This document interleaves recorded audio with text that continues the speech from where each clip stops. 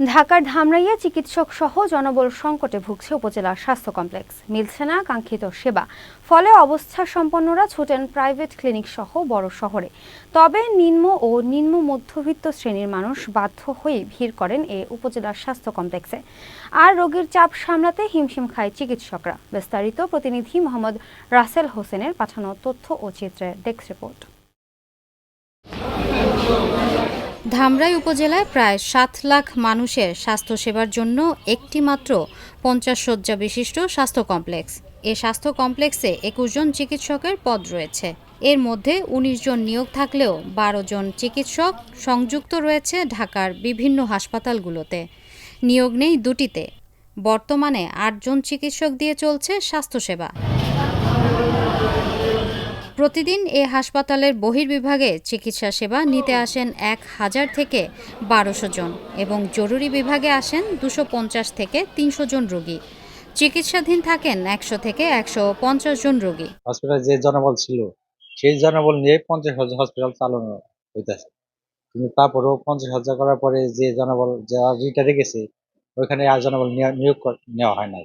আমার পোস্টের লোক আছে ১১ জন। ১১ জনের ভিতরে আমি শুধু একা এখন, আর ১০ জনই নাই। কিন্তু আমার একার পক্ষে এই কাজ করতে খুব কষ্ট হয়।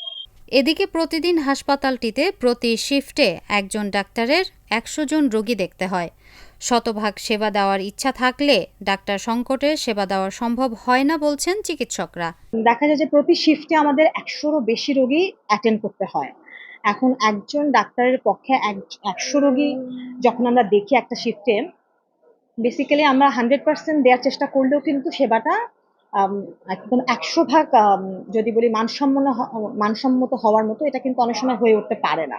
বর্তমানে চিকিৎসক সংকট আছে এবং যা পদায়িত আছে তার মধ্যে অনেকেই আপনার সংযুক্তিতে ঢাকায় চাকরি করে, তাদের পোস্টিং এখানে কিন্তু সংযুক্তিতে ঢাকায় চাকরি করে। সেক্ষেত্রে আমাদের যারা বর্তমানে এক্সিস্টিং ডক্টর আছে তাদের প্রচুর হিমশিম খেতে হয়, রোগীর চাপ অনেক।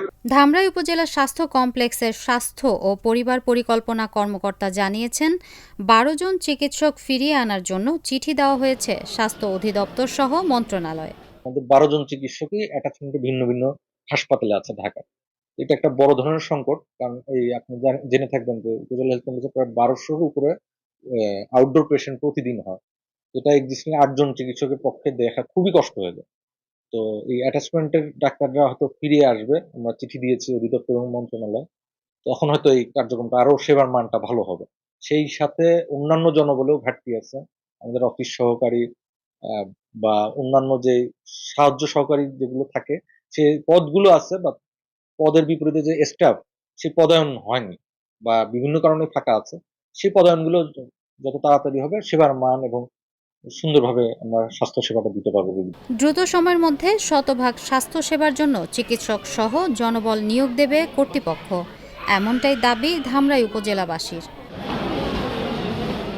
Channel S news desk.